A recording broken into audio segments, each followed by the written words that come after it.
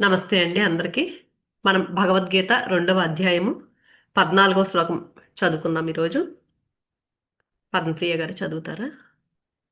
మాత్రా స్పర్శాస్తు కౌంతేయ శీతోష్ణసుఖదుఃఖదాః ఆగమాపాయినో నిత్యాః తాం స్థితిక్షస్వ భారత. Thank you madam. దీని భావం చెప్పుకుందామండి. కౌంతేయ, ఇంద్రియాలకు శబ్ద స్పర్శాది విషయాలతో కలిగే సంయోగం వల్ల శీతోష్ణాలు సుఖదుఖాలు కలుగుతూ ఉంటాయి. అవి రాక పోకడ కలిగినవి, అశాశ్వతమైనవి కనుక ఓ భారత వాటిని సహింపుము అని చెప్తున్నారు కృష్ణుడు. ప్రతి జీవుడు యథార్థంగా ఆత్మే. ఆత్మకు ఏ మార్పులు లేవు. నశించిపోయేది దేహాలే కాని ఆత్మ కాదు, అందుకని దుఃఖించాల్సిన పని లేదు అని ఇంతవరకు భగవంతుడు తెలియచేశారు మనకి. మరి ఈ శీతోష్ణాలు సుఖదుఖాలు ఎందుకు కలుగుతున్నాయి, వాటిని ఎలా ఎదుర్కోవాలి అనే విషయాలను ఈ శ్లోకంలో తెలియచేస్తున్నారు. నేను ఆత్మను అని తెలుసుకుని ఆత్మానుభూతిని పొంది సర్వకాల సర్వావస్థల్లోనూ ఆత్మగా ఉండే ముక్తునికి ఏ దుఃఖాలు ఉండవు. కానీ జీవభావంలో ఉండే ప్రతి మానవుడికి ఈ శీతోష్ణాలు సుఖదుఖాలు తప్పవు. అయితే ఈ సుఖదుఖాలు ఎలా కలుగుతున్నాయి, ఎందుకు కలుగుతున్నాయి, అదే ఈ శ్లోకంలో ఏం చెప్పారు. మాత్రా స్పర్శాతు అంటే మాత్రలు అంటే ఇంద్రియాలు, అవే కన్ను, ముక్కు, చెవి, చర్మము, నాలుక. ఇక స్పర్శ అంటే శబ్ద స్పర్శ రూప రస గంధాలు అనే విషయాలు. ఈ ఇంద్రియాలు ఈ విషయాలతో సంయోగం చెందినప్పుడే, సంబంధం పెట్టుకున్నప్పుడే సుఖం కానీ దుఃఖం కానీ కలుగుతున్నాయి. చలి వేడి పుడుతున్నాయి మనకి. ఈ శీతోష్ణాలు సుఖదుఖాలు మొదలైన ద్వంద్వాల దాటికి తట్టుకుని నిలబడగలవాని జ్ఞానమే జ్ఞానము. అలా నిలబడగలవాని భక్తే భక్తి. అలా నిలబడగలవాని వివేకమే వివేకము. అలా నిలబడగల మనిషే మనిషి, మనీషి, మహాత్ముడు. జ్ఞాని యొక్క జ్ఞానానికి, భక్తుని యొక్క భక్తికి, వివేకి యొక్క వివేకానికి ఇవే గీటురాళ్ళు. అంటే జ్ఞానిని పరీక్షించాలంటే అతడు సుఖాలకు పొంగుతూ దుఃఖాలకు కృంగుతూ ఉన్నాడా లేదా అని పరీక్షిస్తే సరిపోతుంది. ఈ సుఖదుఖాలు ఎలా కలుగుతున్నాయి? మన దేహంలో ఉన్న ఇంద్రియాలు బయట ఉన్న విషయాలతో సంబంధం పెట్టుకుంటే, అలా పెట్టుకున్నప్పుడు మాత్రమే కలుగుతున్నాయి. మనం బజార్లో వెళ్తున్నాము, మనల్ని చూసి ఒకడు పక్కవాడితో ఏదో చెప్పి తిడుతున్నాడు. ఆ తిట్లు నువ్వు వింటే దుఃఖము బాధ కోపము కలుగుతాయి. వినకపోతే నీకు ఏ దుఃఖము లేదు, ఏ బాధ లేదు, ఏ కోపము లేదు. ఎందుకు? ఆ తిట్లు శబ్దము అనే విషయము, నీ చెవి ఇంద్రియము. ఆ శబ్దము నీ ఇంద్రియానికి అందితే దుఃఖము బాధ కోపము, అందకపోతే అంటే ఇంద్రియానికి విషయానికి సంపర్కం లేకపోతే ఏమీ లేదు. అలాగే తిట్లే కాదు, పొగడ్తలు కూడా. పొగడ్త అనే శబ్దము చెవి అనే ఇంద్రియాన్ని తాకితే సుఖము, తాకకపోతే ఏమీ లేదు. దారి వెంట వెళ్తుంటే నీ శత్రువు నీకు కంటపడ్డాడు. శత్రువు రూపము అనే విషయము, కన్ను ఇంద్రియము. ఈ రెండూ కలిస్తే దుఃఖము కోపము, లేకపోతే లేదు. నీకు ఇష్టమైన స్వీటు నీ నాలుక మీద వేసుకున్నావు, అది ఆనందము. అది నీ నాలుకను తాకలేదు, నీకే ఆనందము లేదు. స్వీట్ విషయము, నాలుక ఇంద్రియము, రెండూ కలిస్తే ఆనందము, లేకపోతే లేదు. కాబట్టి సుఖం కానీ దుఃఖం కానీ కేవలం ఇంద్రియాల వల్ల రావట్లేదు, కేవలం విషయాల వల్ల రావట్లేదు. ఆ విషయాలతో మన ఇంద్రియాలు సంబంధం పెట్టుకుంటేనే వస్తున్నాయి. సరే, ఈ సుఖ దుఃఖాలు ఎలాంటి స్వభావం కలిగి ఉన్నాయి? ఆగమా పాయిన అనిత్య. ఇవి రాకడా పోకడా కలిగి ఉన్నాయి, అశాశ్వతమైనవి. ఇది తెలుసుకుని ఎవరైనా సరే సుఖాలు లభించినప్పుడు పొంగిపోరాదు, దుఃఖాలు వచ్చినప్పుడు కృంగిపోరాదు. ఎందుకంటే వచ్చిన వాటికి పోయే గుణం కూడా ఉంది. కాబట్టి సుఖం కానీ దుఃఖం కానీ వచ్చినవి వచ్చినట్లుగా తిష్ట వేసుకుని ఉండిపోవు. ధర్మరాజు తన తమ్ముళ్లతోనూ భార్యతోనూ అరణ్యవాసం చేస్తున్నప్పుడు వారి యోగక్షేమాలను విచారించడానికి శ్రీకృష్ణుడు వస్తారు. 4 రోజులుండి వారికి ధైర్యం చెప్పి ద్వారకకు ప్రయాణమయ్యాడు. ధర్మరాజు వీడ్కోలు పలకడానికి చాలా దూరం వచ్చి కృష్ణుడితో, మహాత్మా, ఎన్ని సుఖదుఖాలు కలిగినా సరే చలించకుండా, నేను నా ధర్మాన్ని తప్పకుండా స్థిర చిత్తంతో నిలిచి ఉండేందుకు ఏదైనా తారక మంత్రాన్ని ఉపదేశించండి అని ప్రార్థిస్తాడు. దానికి శ్రీకృష్ణుడు ఒక కాగితంపై మంత్రాన్ని రాసి కవర్లో పెట్టి, ధర్మనందన, ఇది అష్టాక్షరీ మంత్రం లాంటిది. దీన్ని జాగ్రత్తగా దాచుకో. నీకు భరించలేనంత కష్టం వచ్చి మనస్సు చెలిస్తుంది అనుకున్నప్పుడు దీనిని విప్పి చదువుకో. 108 సార్లు అర్థయుక్తంగా జపించు. దాంతో నీకు మనసు స్థిరమయ్యి నీ ధర్మంలో నువ్వు చెలించకుండా నిలబడగలుగుతావు అన్నాడు. శ్రీకృష్ణుడు ద్వారకకు వెళ్ళాడు. కొంతకాలం తర్వాత కౌరవుల పట్ల ఉదాసీనంగా ఉంటున్నందుకు ధర్మరాజును ద్రౌపది, భీమసేనులు అనేక పోటు మాటలతో బాధ పెడుతున్నారు. ధర్మరాజు భరించలేకపోతున్నాడు.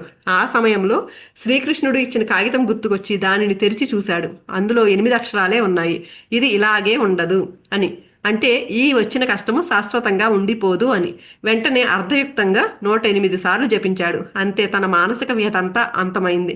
తన ధర్మానికే తాను కట్టుబడ్డాడు. చేసిన ప్రతిజ్ఞ ప్రకారము 12 ఏళ్లు వనవాసము, 1 సంవత్సరం అజ్ఞాతవాసం చేసేందుకే నిశ్చయించుకున్నాడు. కనుక సుఖం కానీ దుఃఖం కానీ, కష్టాలు కానీ ఆనందం కానీ ఏవీ శాశ్వతంగా ఉండవు. అవి రాకడా పోకడలు కలిగినట్టివే అని ప్రతి మానవుడు గుర్తుంచుకోవాలి. ఈ సుఖదుఖాలు రెండు ఒకదాని వెంట ఒకటి వస్తూ పోతూ ఉంటాయి. అవి మంచి స్నేహితులు. వాటి బంధం విడదీయరానిది. గుడ్డివాడిని భోజనానికి పిలిస్తే 2 పీటలు వేయాలి. ఎందుకంటే వాడు ఇంకొకడిని దారి చూపించడానికి తోడు తెచ్చుకుంటాడు కదా. అలాగే మనం కూడా సుఖాన్ని ఆహ్వానిస్తే అది దుఃఖాన్ని కూడా తోడు తెచ్చుకుంటుంది. ఈ శీతోష్ణాలు కూడా అంతే, రాకడా పోకడా కలిగినవి. చలికాలం వస్తుంది పోతుంది, ఆ తర్వాత ఎండాకాలం వస్తుంది, అది పోతుంది. ఏది శాశ్వతం కాదు. అందుకే అనిత్య అంటే అనిత్యమైనవి, శాశ్వతమైనవి కాదు. కాలాన్ని బట్టి మారేవి శీతోష్ణాలు, కాలాన్ని బట్టి మనిషిని బట్టి మారేవి సుఖదుఖాలు. ఒకప్పుడు సుఖాన్నిచ్చింది, మరొకప్పుడు దుఃఖాన్ని ఇస్తుంది. చలి ఎండాకాలంలో సుఖాన్ని ఇస్తుంది, చలికాలంలో దుఃఖాన్ని కలిగిస్తుంది. అలాగే ఎండ చలికాలంలో సుఖాన్ని ఇస్తుంది, వేసవి కాలంలో తీవ్రమైన బాధను కలిగిస్తుంది. అలాగే ఒకప్పుడు సుఖాన్ని కలిగించిన వస్తువు మరొకప్పుడు దుఃఖాన్ని కలిగిస్తుంది. ఆకలి బాగా అయినప్పుడు భోజనం ఎంతో ఆనందాన్ని ఇస్తుంది, కడుపు నిండిన తర్వాత అదే భోజనం దుఃఖాన్ని కలిగిస్తుంది. ఒకే వస్తువు ఒకడికి సుఖాన్ని ఇస్తే అదే వస్తువు మరొకడికి దుఃఖాన్ని ఇస్తుంది. స్వీటు ఆరోగ్యవంతునికి ఆనందాన్ని కలిగిస్తే అదే స్వీటు షుగర్ పేషెంట్కి దుఃఖాన్ని ఇస్తుంది.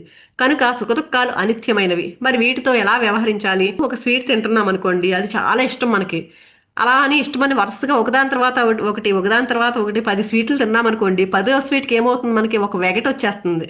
అంటే అక్కడ ఉన్నది ఆ స్వీట్, అదే స్వీటు ముందు చాలా నచ్చింది, కానీ కాసేపటికి ఎక్కువ తినేసరికి ఏమైంది, అదే స్వీటు వెగటు పుట్టింది. అంటే రెండు అందులోనే ఉన్నాయి. ఈ సుఖదుఖాలు అనిత్యమైనవి. వీటితో ఎలా వ్యవహరించాలి అంటే, తాం స్థితిక్షస్వ. దేహం ఉన్నంత వరకు ఇంద్రియాలు వదిలిపోవు. ప్రపంచం ఉన్నంత వరకు ఈ విషయాలన్నీ ఎక్కడికి పోవు.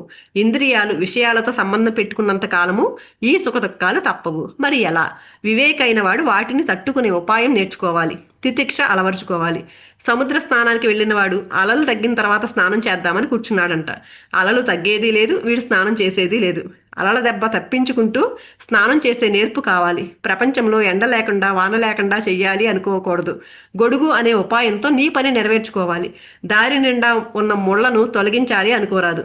వాటి బాధ నుంచి తప్పించుకోవటానికి చెప్పులు వేసుకోవడమే ఉపాయము. అలాగే ఈ సుఖదుఖాలను తప్పించుకుంటూ ఓర్చుకుంటూ మన జీవన ప్రయాణం సాగించాలి. ఎలా? దుఃఖాలు కలిగినప్పుడు ఏమని భావించాలి? ఎలా నిశ్చలంగా ఉండగలము? ఎలా భావించగలమేమో చూడండి.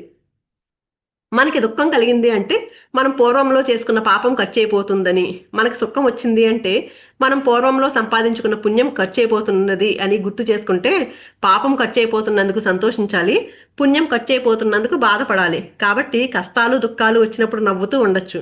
అలాగే సుఖంతో ఉన్నప్పుడు పుణ్యం ఖర్చు అయిపోతుంది కాబట్టి మళ్ళీ పుణ్యం సంపాదించుకుందాము అని నిర్ణయించుకుని అందుకు ప్రయత్నించవచ్చు. దుఃఖాలు వచ్చినప్పుడు ఇవి ఇలాగే ఉండిపోవు. ఈ దుఃఖం తర్వాత వచ్చేది సుఖమే అని గుర్తు చేసుకుని ఆ దుఃఖ బాధను తగ్గించుకోవచ్చు. అసలు ఈ సుఖ దుఃఖాలు అనిత్యమైనవి కాబట్టి రాకడా పోకడా కలిగి ఉంటాయి. కాబట్టి వీటి కోసం నేనెందుకు నా బుద్ధిని చెడగొట్టుకోవాలి, నా మార్గం నుంచి నేనెందుకు పక్కకు మళ్ళాలి, నా స్వభావాన్ని నేనెందుకు మార్చుకోవాలి అనే స్థిర బుద్ధితో మనం ఉండొచ్చు. సుఖం మనిషిని మత్తులో ముంచేస్తుంది, భగవంతునికి దూరం చేస్తుంది, అహంకారాన్ని పెంచుతుంది. అదే దుఃఖమైతే భగవంతునికి దగ్గర చేస్తుంది, మనల్ని హెచ్చరిస్తుంది. కనుక భగవంతునికి దగ్గర చేసే దుఃఖమే నాకు మంచిది అని అనుకున్నామా, దుఃఖం కూడా మన మనస్సును బాధించదు. సుఖదుఖాలు రెండు భగవంతుని ప్రసాదంగా స్వీకరించడం నేర్చుకోవాలి. భగవంతుడి ప్రసాదం రుచిగా ఉన్నా, లేక కారంగానో ఉప్పగానో చేదుగానో ఉన్నా మనం కళ్ళకద్దుకుని నోట్లో వేసుకుంటాము. అలాగే సుఖమైన దుఃఖమైన ప్రసాద బుద్ధితో స్వీకరించాలి. సుఖదుఖాలను తట్టుకునే విషయంలో ఆత్మజ్ఞానులకు మరొక రకమైన వివేకం ఉంటుంది. సుఖదుఖాలు అనేవి మనసు యొక్క ధర్మము. మనసు ఉండే జాగ్రత్త స్వప్నావస్థలలోనే సుఖదుఖాలు ఉన్నాయి. మనసు లేని సుషుప్తి అవస్థలో ఏ సుఖదుఖాలు లేవు. కనుక ఇవి మనసు యొక్క వికారాలే. నేను మనస్సును కాదు ఆత్మను, ఆత్మనైన నన్ను ఇవి తాకలేవు అనే దృఢ నిశ్చయంతో ఉంటాడు. సుఖదుఖాలకు అతీతంగా ఉంటాడు. ఇది ఆత్మ విచారపరుని స్థితి. మనము వివేక చూడమనిలో శంకరాచార్యుల వారు దీని గురించి ఒక స్టోరీ చెప్తారు, అది చెప్పుకుందామండి. మాళవ దేశాన్ని ఒక రాజు అద్భుతంగా పరిపాలించేవాడు. ఆయన పాలనలో రాజ్యం చాలా సస్యశ్యామలంగా ఉండేది. అయితే ఆ రాజుగారికి సంతానం లేకపోవడం ఒక పెద్ద లోటుగా ఉండేది. ఒకరోజు ఆ దేశానికి ఒక మునిగారు వస్తారు. రాజుగారు ఆ మునికి సకల మర్యాదలు చేసి నమస్కారం చేస్తారు. అప్పుడు ముని రాజుగారితో, రాజా, మీరు ఏదో అశాంతితో బాధపడుతున్నారు, అందరూ కుశలంగానే ఉన్నారా అని అడుగుతాడు. దానికి రాజుగారు, మునీంద్ర, సకల సౌభాగ్యాలు ఉన్నా కూడా నేను పుత్ర భాగ్యానికి నోచుకోలేదు అని ఆవేదన వ్యక్తం చేస్తారు. రాజా, మీరు రాజ్యాన్ని ఎంత బాగా నీతివంతంగా పరిపాలిస్తున్నారు, మీ రాజ్యం ఎప్పుడు ఇలాగే సస్యశ్యామలంగా ఉండాలి అనే మీ కోరిక తీరాలి కాబట్టి మీరు పుత్ర కామేష్టి యాగం చేసి ఆ ప్రసాదాన్ని రాణిగారికి ఇవ్వండి, తప్పకుండా మీకు పుత్ర సంతానం కలుగుతుంది అని చెప్తారు. మునిగారు చెప్పినవన్నీ క్షణం మీద వెంటనే ఆచరించాడు రాజుగారు. రాణి గర్భం ధరించారు. 12 మగబిడ్డ పుట్టాడు. ఆ ఆనందంలో రాజుగారు మిగిలిన 2 భార్యల్ని అశ్రద్ధ చేశారు. ఇది సహించలేని ఆ 2 భార్యలు ఆ పసిబిడ్డకు విషం పెట్టి చంపేశారు. రాజుగారు రాణిగారు శోక సముద్రంలో మూలిగిపోయారు. అదే సమయంలో ఆ రాజ్యానికి నారద మహర్షి వచ్చాడు. రాజా, ఎందుకు ఇంత శోకంతో ఉన్నావు అని రాజుగారిని అడిగారు నారద మహర్షి. రాజా, భగవంతుని మీద అచంచల భక్తి విశ్వాసాలు కలిగిన నువ్వు ఇలా విలపించడం తగదు. నువ్వు చాలా రోజులు సంతానం లేదు అని దుఃఖించావు. ఆ రోజు ఆ దుఃఖానికి కారణం ఆ బిడ్డే కదా. పుత్రుడు లేనినాడు దుఃఖమే, ఆ పుత్రుడు పోయాక దుఃఖమే. ఈ మధ్యలో కొన్ని రోజులు మాత్రమే సంతోషము. ప్రవాహంలో కొట్టుకుపోతున్న ఇసుక రేణువులు ఒక్క క్షణం కలుసుకుని ఎలా విడిపోతున్నాయో ఈ చావు పుట్టుకలు కూడా అంతే. ఈ విషయాన్ని ఇప్పటికైనా గ్రహించి ఈ శోకాన్ని విడిచిపెట్టు అన్నారు నారద మహర్షి. అయితే రాజు యొక్క శోకం తీరలేదు. రాణి గారి పరిస్థితి చెప్పనలవి కాదు. ఇక్కడ శ్రీకృష్ణుడు చెప్తున్నారు కదా, ఏమని, ఆత్మ ఎప్పుడు శాశ్వతంగా ఉంటుంది, ఈ దేహాన్ని వదిలి ఇంకొక దేహం తీసుకుంటుంది, ఆత్మ ఎప్పుడు నిత్యంగా ఉంటుంది అంటే మనకేమనిపిస్తుంది, నిజమే, ఆత్మ ఎప్పుడు శాశ్వతంగానే ఉంటుంది, కానీ దేహం పోయినందుకే కదా నేను బాధపడుతున్నాను, మనకు అలా అనిపిస్తుంది కదా. నారద మహర్షి ఇక్కడ ఏం చేశారు చూడండి, రాజు కూడా అలాగే బాధపడుతున్నాడు, ఎందుకు దుఃఖం ఎందుకు అని చెప్తుంటే మరి అప్పటి వరకు ఆ కొడుకు కోసం ఎంతో బాధపడ్డాడు ఆయన. తీరా కొడుకు పుట్టేసరికి చనిపోయాడు మళ్ళీ. అంటే ఆ సంతోషం ఎంతసేపు ఉందో, చాలా తక్కువ టైమే ఉంది కదా, అందుకు నీ దానికి బాధపడతావంటే నారద మహర్షి ఏం చేశారంట, తన తపోబలంతో ఆ శిశువు యొక్క జీవాత్మను తెప్పించి ఆ జీవాత్మతో నారద మహర్షి, ఓ జీవాత్మ, ఇలా చూడు, నీ తల్లిదండ్రులు నువ్వు ఈ శరీరాన్ని వదిలి వెళ్ళినందుకు ఎంత శోకిస్తున్నారో, నువ్వు మళ్ళీ ఈ శరీరంలో ప్రవేశించి నీ తల్లిదండ్రులను సంతోషపరిచి ఈ రాజభోగాలన్నీ అనుభవించు అన్నారంట. పిల్లోడు ప్రాణం వదిలి వెళ్ళిపోయాడు కదా, ఆ జీవాత్మను పిలిచి. ఆ మాటలన్నీ విన్న జీవాత్మ, అయ్యా నారద మహర్షి, మీకు నమస్కారాలు. దేవయోనులలోను మానవ యోనులలోను తిర్యక్ యోనులలోను ఎన్నో జన్మలెత్తాను నేను. ప్రతి జన్మలోనూ పుడుతూ చస్తూ వచ్చాను. ఏ జన్మలో ఎవరు తల్లిదండ్రులో, ఎవరు బంధువులో, ఎవరు అయినవారో ఎవరు కానివారో ఎవరికి తెలుసు. బంగారు ఆభరణాలు కొని అమ్మటంలో ఎలా అయితే చేతులు మారుతున్నాయో అలాగే ఈ జీవుడు కూడా నిత్య శుద్ధ ముక్త స్వభావుడు. ఈ జీవుడు ఎప్పుడు వృధాసీనుడిగానే ఉంటాడు, ఎలాంటి కర్మలు స్వీకరించడు, సుఖ దుఃఖాలలో పాల్గొనడు. కాబట్టి మునీంద్ర, ఈ జనన మరణాల ఆటలో చాలా అలసిపోయాను. మీ తపో మహిమతో నన్ను రప్పించారు. అదే మహిమతో నాకు జన్మరాహిత్యాన్ని ప్రసాదించి సెలవిప్పించండి అని ఆ జీవాత్మ వెళ్ళిపోయిందంట. ఆ అద్భుతాన్ని తిలకించిన రాజు రాణిలకు కూడా జ్ఞానోదయం అయింది. అప్పటి వరకు ఏంటి, ఆ పిల్లవాడు వెళ్ళిపోయాడని బాధపడ్డారు. కానీ ఎప్పుడైతే ఆ పిల్లవాడు ఆత్మను పిలిచి మాట్లాడేసరికి, నన్ను ఈ జనన మరణాల నుంచి విముక్తుణ్ణి చేయని అడగగానే వాళ్ళకి కూడా జ్ఞానోదయం అయింది. అందుకే ఇందాక కూడా చెప్పారు చూసారా, ఎప్పుడైతే ఒక జ్ఞాని ఎలాంటి పరిస్థితుల్లో కూడా దుఃఖించడు. ప్రతి వ్యక్తి కూడా ఏంటంటే నేను కష్టాలు పడిపోతున్నాను అని వాపోతూ ఉంటారు. మనల్ని ఎవరైనా ఏమైనా అన్నారనుకోండి, మనం ఏం చేయాలి, పదే పదే వాటి కోసమే ఆలోచించకుండా, వాళ్ళు ఎవరో ఏదో అన్నారని అవే ఆలోచించకుండా మనం చేసిన పాపకర్మలు పాపఫలం నశించిపోయింది అని, ఒక కష్టం తొలగిపోయింది అని ఆనందించాలి.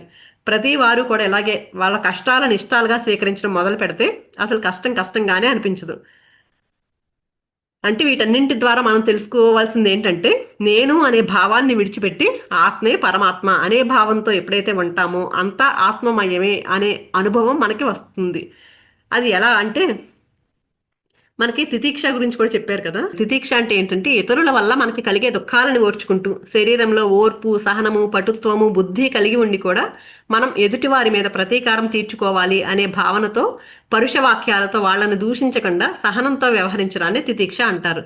అంటే ఇప్పుడు మనలో మంచితనం, మనం చాలా మంచిగా ఉన్నామనుకోండి, ఎవరు ఎన్ని నిందలు వేసినా సరే, పళ్ళున్న చెట్టు మీదకే రాళ్ళ దెబ్బలు, పళ్ళు లేని చెట్టుని ఎవరు కొడతారండి.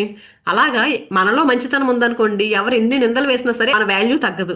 ఈ ప్రపంచవ్యాప్తంగా ఖరీదైన అహంకారము, పగరు, అసూయ, గర్వము ఇలాంటివి మనం దగ్గరికి రానివ్వకుండా ఉంటే ఈ తితిక్ష మనం వెంటే ఉంటుంది. ఎప్పుడైతే మనం ఈ అహంకారాలు ఇవన్నిటిని వదిలేసామనుకోండి, అప్పుడు మనల్ని ఎవరూ బాధించలేరు. అందుకని ఆ తితిక్షతో ఉండాలి.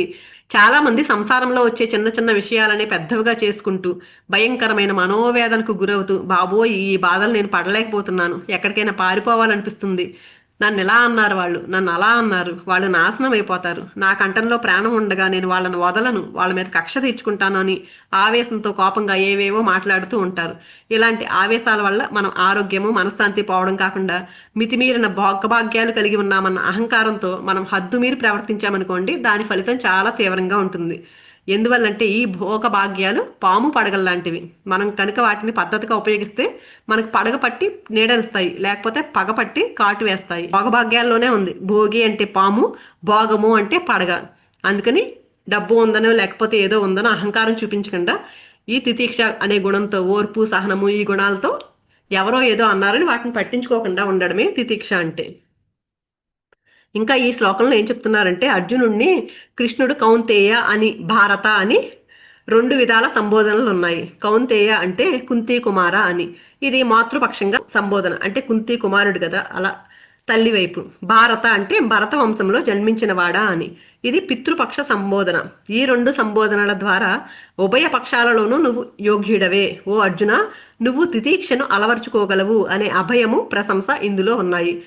ఇలా సుఖ దుఃఖాల పట్ల తితిక్ష అంటే ఓర్పు సహనం కలిగి ఉంటే ప్రయోజనం ఏంటి అనేది తర్వాత శ్లోకంలో చెప్తున్నారు. అది రేపు చెప్తున్నామండి. థ్యాంక్ యూ సో మచ్ అండి.